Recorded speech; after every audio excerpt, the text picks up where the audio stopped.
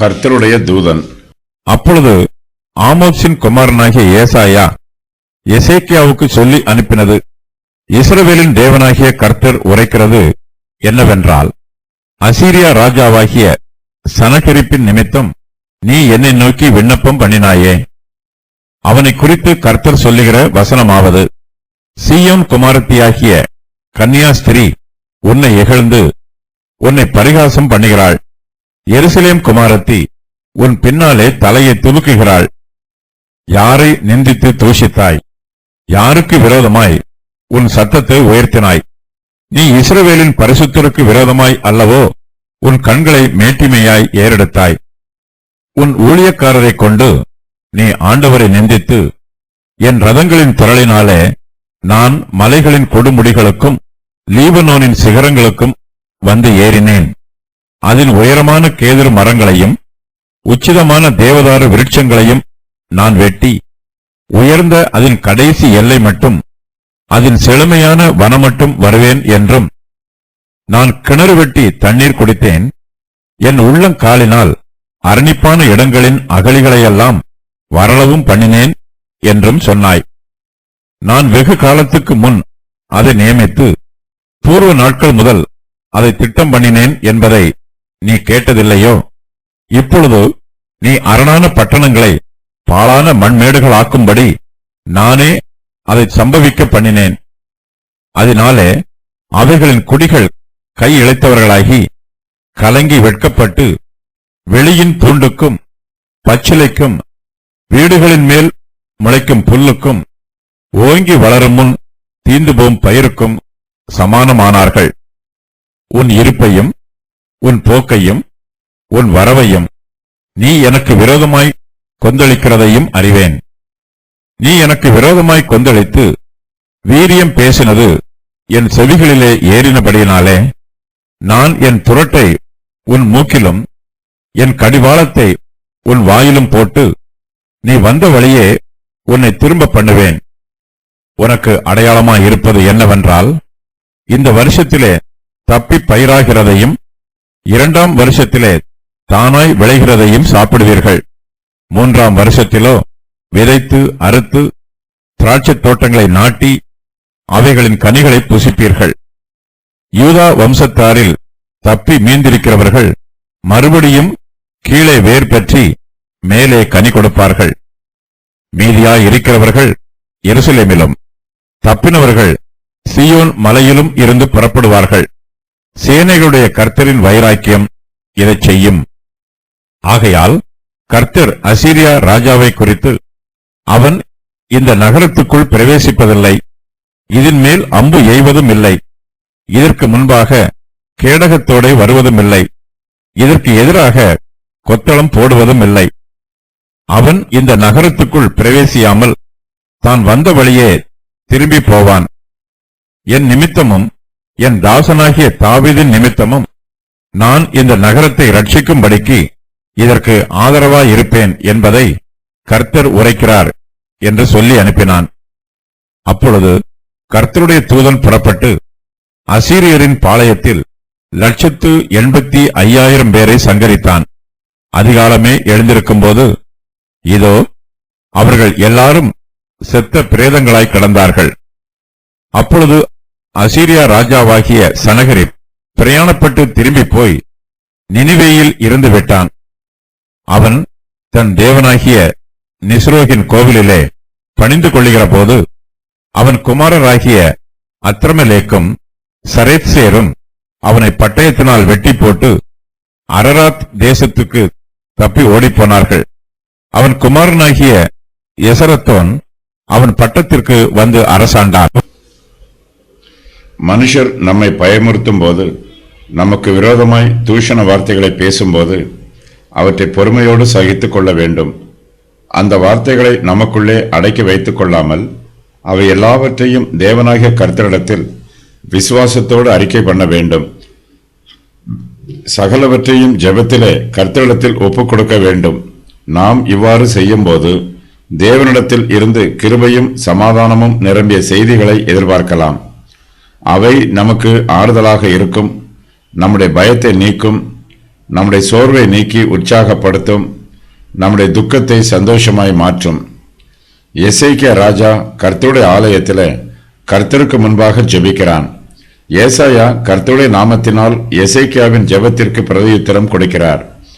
நீ என்னை நோக்கி விண்ணப்பம் பண்ணினாயே என்று கர்த்தர் ஏசாயா மூலமாய் எசேக்கியாவுக்கு சொல்லுகிறார். எசேக்கியாவுக்கு சொல்லுமாறு கர்த்தர் கொடுத்த பிரதியுத்தரத்தை ஆமோத்சின் குமாரனாகிய ஏசாயா எசேக்கியாவுக்கு சொல்லி அனுப்புகிறார். இஸ்ரவேலின் தேவனாகிய கர்த்தர் உரைக்கிறது என்னவென்றால், அசீரியா ராஜாவாகிய சனகரிப்பின் நிமித்தம் நீ என்னை நோக்கி விண்ணப்பம் பண்ணினாயே, அவனை குறித்து கர்த்தர் சொல்லுகிற வசனமாவது என்று கர்த்தருடைய பிரதியுத்தரம் ஏசாயாவின் மூலமாய் எசேக்கியாவுக்கு சொல்லப்படுகிறது.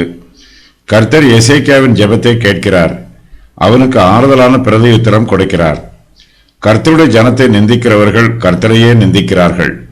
கர்த்தருடைய ஜனத்திற்கு விரோதமாய் தீங்கு செய்கிறவர்கள் கர்த்தருக்கு விரோதமாய் தீங்கு செய்கிறார்கள். கர்த்தர் சனகரிப்பிடம், யாரை நிந்தித்து தூஷித்தாய்? யாருக்கு விரோதமாய் உன் சத்தத்தை உயர்த்தினாய்? நீ இஸ்ரவேலின் பரிசுத்தருக்கு விரோதமாய் அல்லவோ உன் கண்களை மேட்டிமையாய் ஏறெடுத்தாய் என்று கேட்கிறார்.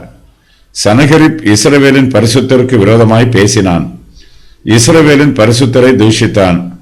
இஸ்ரவேலின் பரிசுத்தருக்கு விரோதமாய் தன்னுடைய சத்தத்தை உயர்த்தி தன்னுடைய கண்களை மேட்டிமையாய் ஏறெடுத்தான்.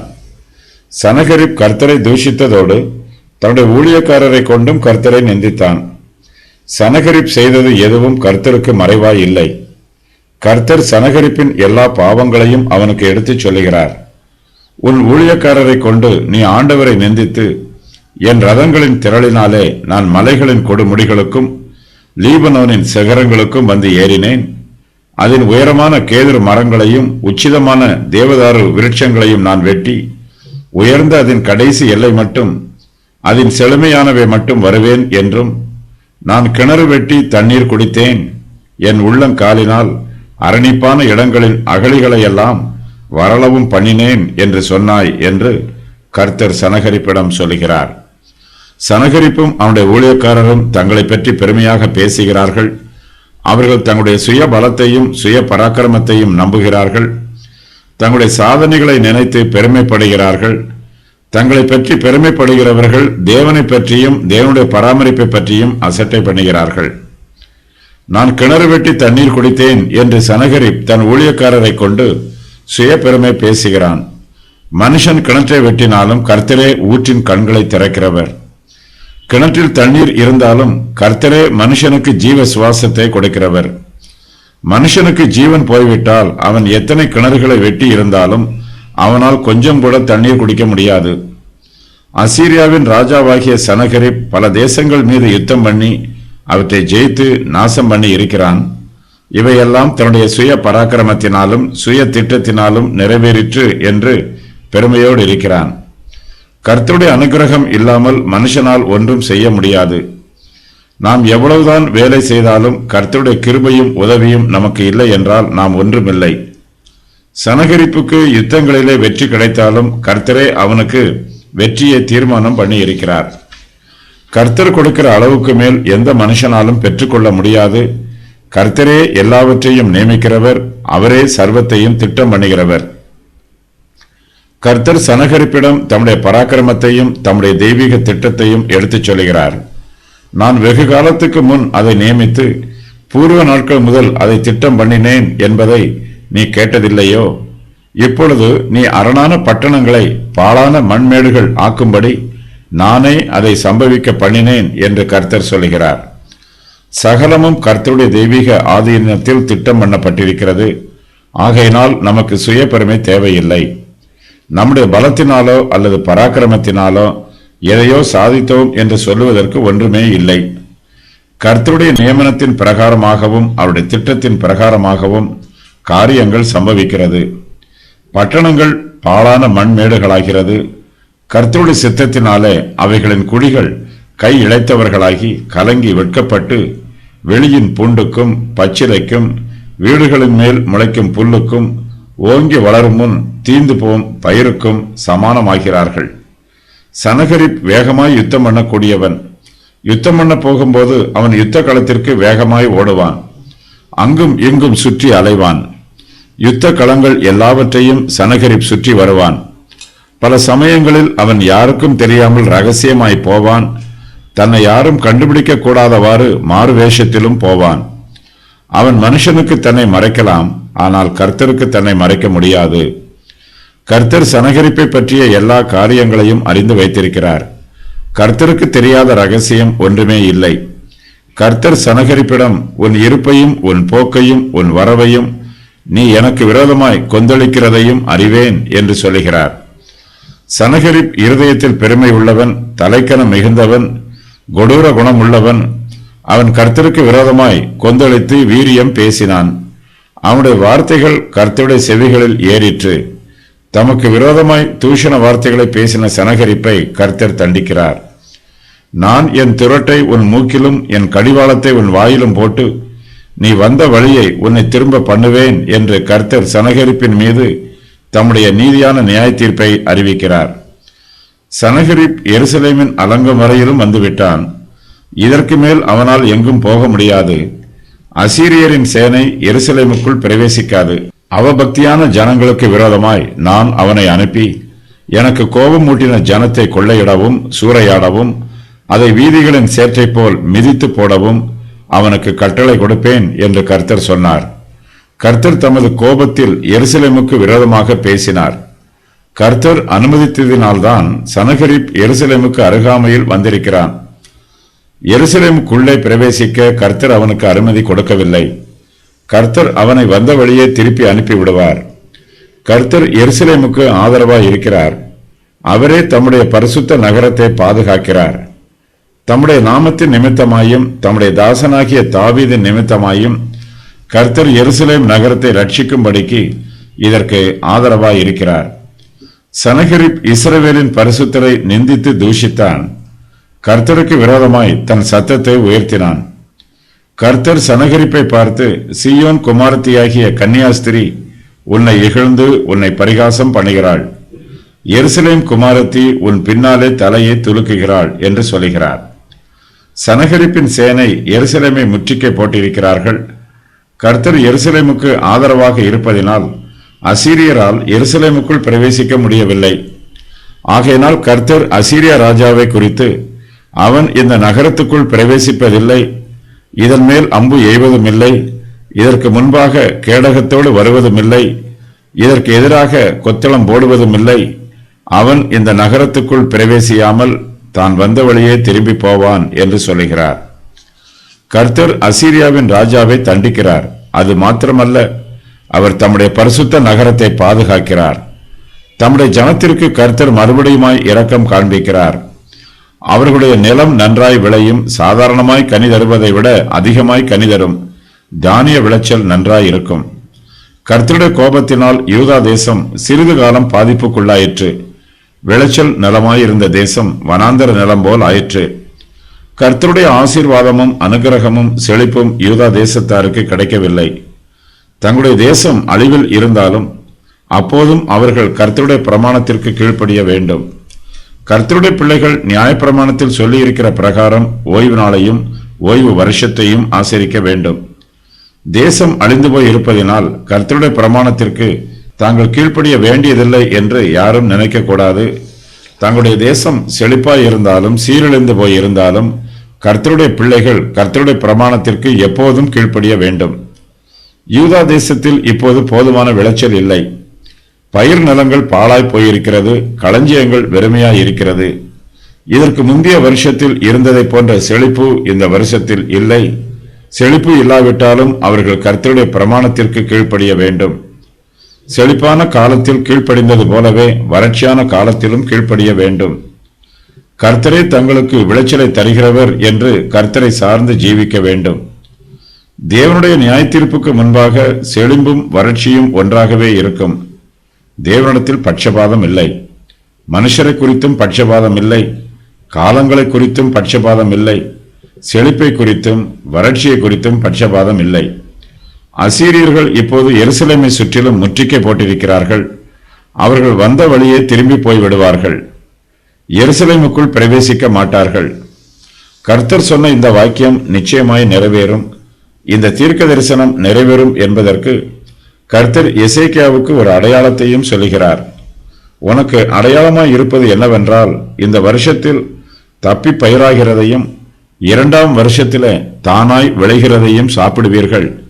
3ஆம் வருஷத்திலோ விதைத்து அறுத்து திராட்சை தோட்டங்களை நாட்டி அவைகளின் கனிகளை புசிப்பீர்கள் என்று கர்த்தர் சொல்லுகிறார். யூதா தேசம் இப்போது வறட்சியாய் இருக்கிறது. பாலும் தேனும் ஓடின செழிப்பான தேசம் இப்போது வனாந்தரமாய் இருக்கிறது. கர்த்தருடைய கிருபையினால் வனாந்தரம் மறுபடியும் செழிப்பான நிலமாகும். வறண்ட நிலத்திலே நீரூற்றுகள் பாயும். யூதா தேசம் மறுபடியும் செழிக்கும் என்று கர்த்தர் வாக்கு பண்ணுகிறார். யூதா வம்சத்தாரில் தப்பி மீந்திருக்கிறவர்கள் மறுபடியும் கீழே வேர் பற்றி மேலே கனி கொடுப்பார்கள். மீதியாய் இருக்கிறவர்கள் எருசலேமிலும் தப்பினவர்கள் சீயோன் மலையிலும் இருந்து புறப்படுவார்கள். சேனைகளுடைய கர்த்தரின் வைராக்கியம் இதை செய்யும் என்று கர்த்தர் சொல்கிறார். எருசலேமுக்கு விரோதமாக ரப்சாக்கேயும் அசீரியரின் பெரிய சேனையும் முற்றுகை போட்டிருக்கிறார்கள். இவர்களை அழிப்பதற்கு கர்த்தருடைய பெரிய சேனை தேவைப்படவில்லை. இஸ்ரவேலின் பரிசுத்தர் சேனைகளின் கர்த்தராய் இருக்கிறார். சனகரிப் ராஜாவோ தன்னை கர்த்தரை விட பெரியவனாக நினைத்து பெருமைப்பட்டான். கர்த்தரை நிந்தித்து தூஷித்தான். இவனையும் இவனுடைய சேனையையும் அழிப்பதற்கு கர்த்தர் தம்முடைய தூதர்களில் ஒரே ஒருவனை மாத்திரமே அனுப்புகிறார். அசீரியரின் சேனையோடு யுத்தம் பண்ண கர்த்தருடைய சேனை முழுவதுமாய் தேவைப்படவில்லை. கர்த்தருடைய தூதன் ஒருவன் மாத்திரம் போதும். அசீரியரின் சேனை சர்வ சங்காரமும் சர்வ நாசமும் ஆகும். கர்த்தர் அசீரியரின் சேனையை அழிக்க சித்தம் கொள்கிறார். கர்த்தர் வெகு காலத்திற்கு முன் நியமித்து பூர்வகாலம் முதல் திட்டம் பண்ணின காரியம் இப்போது நிறைவேறுகிறது. இதுவே கர்த்தருக்கு ஏற்ற வேளை. அப்பொழுது கர்த்தருடைய தூதன் புறப்பட்டு அசீரியரின் பாளையத்தில் 185,000 பேரை சங்கரித்தான். அதிகாலமே எழுந்திருக்கும் போது இதோ அவர்கள் எல்லோரும் செத்த பிரேதங்களாய் கிடந்தார்கள். கர்த்தருடைய கட்டளைக்கு அவருடைய தூதன் கீழ்ப்படுகிறான். அசீரியரின் பாளையத்தில் சங்காரம் உண்டாகிறது. சனகரிப் இஸ்ரவேலின் பரிசுத்தருக்கு விரோதமாய் தன் சத்தத்தை உயர்த்தினான். இப்போதோ தன் பாளையத்தில் உண்டான சங்காரத்தை பார்த்து மௌனமாய் இருக்கிறான். அவனால் பேச முடியவில்லை. அசீரியரின் பாளையத்தில் முந்தின நாள் இரவில் எல்லோரும் உயிரோடு இருந்தார்கள். மறுநாள் அதிகாலையில் அவர்கள் எல்லோரும் செத்த பிரேதங்களாக கிடக்கிறார்கள். மனுஷன் உலக பிரகாரமாக எவ்வளவு பெரியவனாகவும் பலமுள்ளவனாகவும் பராக்கிரமம் உள்ளவனாகவும் இருந்தாலும் அவனால் சர்வ வல்லமையுள்ள கர்த்தருக்கு எதிர்த்து நிற்க முடியாது. இந்த சம்பவம் நடைபெற்ற காலத்தில் அசீரியாவின் ராஜாவாகிய சனகரிப் உலகத்தார் பார்வையில் மிக பெரியவனாய் இருந்தான். அதிக பலமும் அதிக பராக்கிரமமும் உள்ளவனாக காணப்பட்டான். ஆனால் இப்போதோ ஒன்றும் இல்லாதவனாய் இருக்கிறான். கர்த்தர் தம்முடைய துரட்டை அவனுடைய மூக்கிலே போட்டிருக்கிறார். தம்முடைய கடிவாளத்தை அவனுடைய வாயில் போட்டிருக்கிறார். அவன் கர்த்தருக்கு விரோதமாய் தன் சத்தத்தை உயர்த்தினான். இப்போது அவனால் பேச முடியாதவாறு கர்த்தர் அவனுடைய வாயில் கடிவாளத்தை போட்டுவிட்டார். சனகரிப் கர்த்தரை நிந்தித்து தூஷித்து ஏளனமாய் பெருமூச்சு விட்டான். கர்த்தரோ அவன் மூக்கில் தம்முடைய துரட்டை போட்டுவிட்டார். சனகரிப் பெருமையோடும் ஆணவத்தோடும் அகம்பாவத்தோடும் எருசலேமுக்கு விரோதமாய் வந்தான். இப்போதோ அவன் அவமானத்தோடு தான் வந்த வழியே திரும்பி போகிறான். பயத்தோடும் நடுக்கத்தோடும் கலக்கத்தோடும் திரும்பி ஓடிப் போகிறான்.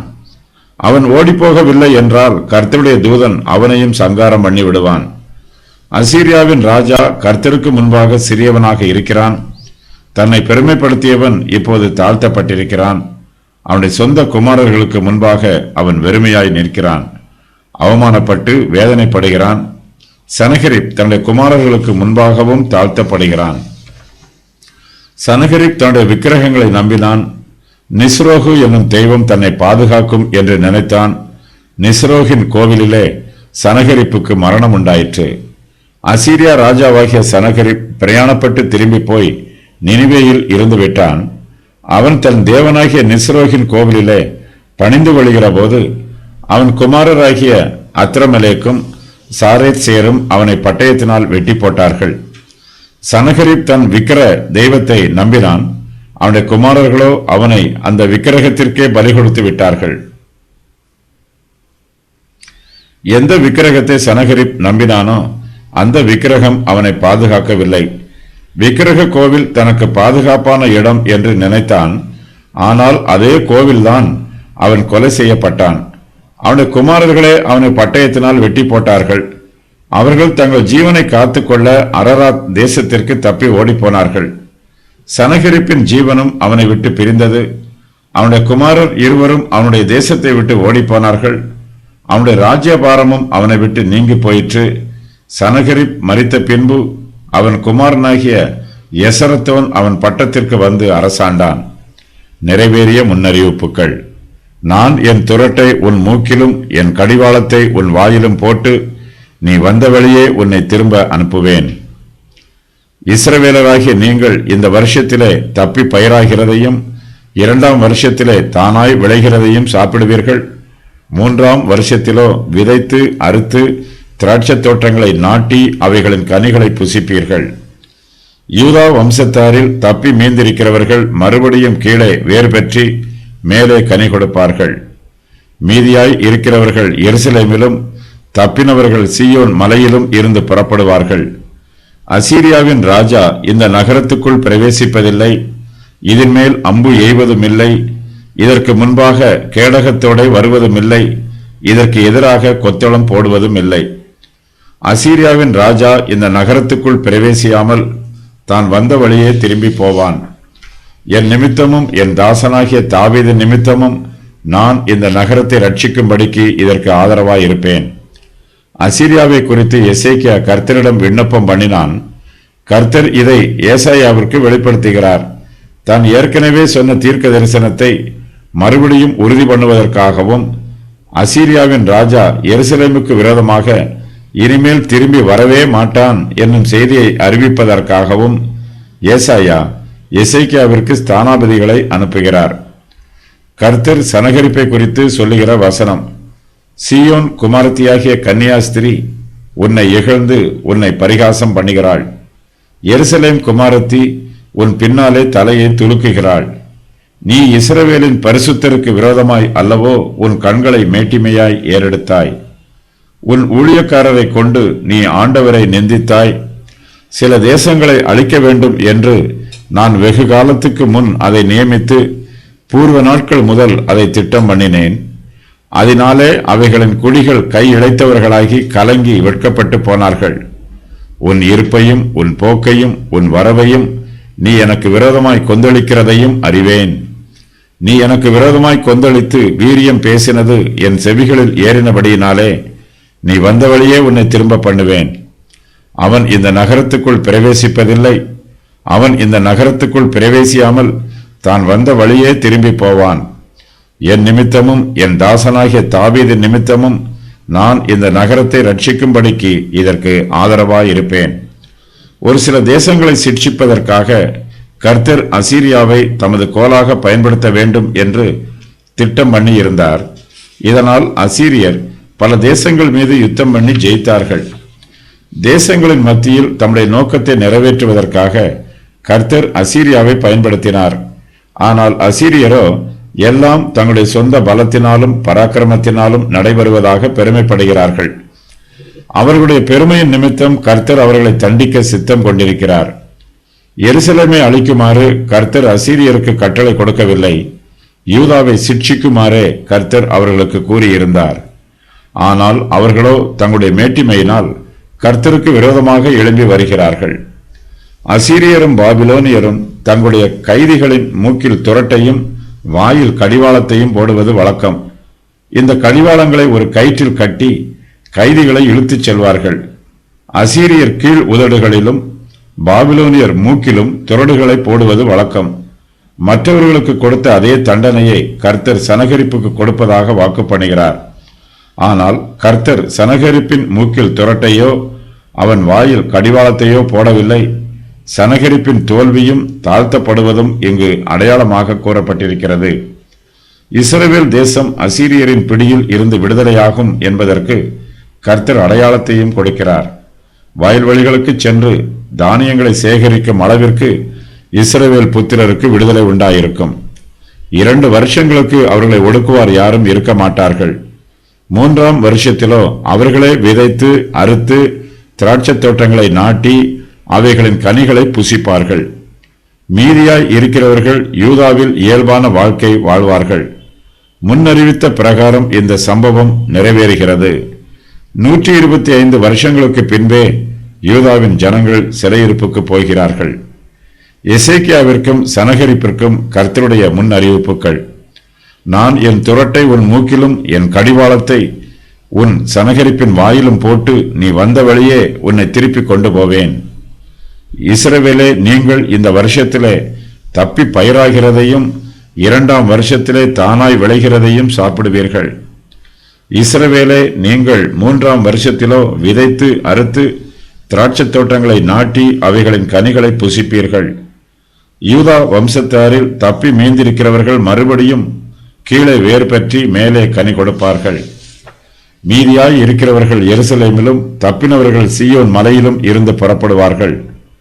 அசீரியாவின் ராஜா இந்த நகரத்திற்குள் பிரவேசிப்பதில்லை. அசீரியாவின் ராஜா இதன் மேல் அம்பு எய்வதும் இல்லை, இதற்கு முன் கேடகத்தோடு வருவதும் இல்லை. இதற்கு எதிராக அசீரியாவின் ராஜா கொத்தளம் போடுவதும் இல்லை. அசீரியாவின் ராஜா இந்த நகரத்திற்குள் பிரவேசியாமல் தான் வந்த வழியே திரும்பி போவான். என் நிமித்தமும் என் தாசனாகிய தாவீதின் நிமித்தமும் நான் இந்த நகரத்தை ரட்சிக்கும்படிக்கு இதற்கு ஆதரவாய் இருப்பேன். கர்த்தருடைய தூதன் ஒரே நாள் இரவில் அசீரியரில் 1,85,000 பேரை கொன்று போட்டார். கர்த்தருடைய தூதன் ஒரு பட்டயத்தை பயன்படுத்தி இருக்க வேண்டும். ஏற்கனவே கர்த்தருடைய தூதன் இஸ்ரவேலில் 70,000 பேரை தன்னுடைய பட்டயத்தால் கொண்டு போட்டிருக்கிறார். கர்த்தருடைய சேனையின் அதிபதியிடம் பட்டயம் ஒன்று உள்ளது. அசீரியருடைய சேனையில் கர்த்தருடைய தூதனால் கொல்லப்படாமல் ஒரு சிலர் தப்பித்துக் கொண்டார்கள். அவர்கள் அதிகாலமே எழுந்திருக்கும் போது மற்றவர்கள் எல்லோரையும் செத்த பிரேதங்களாக பார்த்தார்கள். மரித்து போனவர்கள் எல்லோருமே அசீரியரின் படையில் உள்ள வீரர்கள். தன்னுடைய சேனையில் 1,85,000 பேர் செத்து போனதினால் சனகரிப் இதற்கு மேல் யுத்தம் பண்ணாமல் தன்னுடைய தேசத்திற்கு திரும்பி போய்விட்டான். சனகரிப்பின் குமாரனாகிய அத்ரமெலேக்கும் சரேத்சேரும் அவனை பட்டயத்தினால் வெட்டி போட்டார்கள். சனகரிப்பின் குமாரர்கள் அவனை கொன்று போட்டார்கள். இதற்கு காரணம் தெரியவில்லை. ஏசாயாவின் தீர்க்க தரிசனம் நிறைவேறுகிறது. தங்கள் தகப்பனை கொன்று போட்டு அவர்கள் அரராத் தேசத்திற்கு தப்பி ஓடிப்போனார்கள்.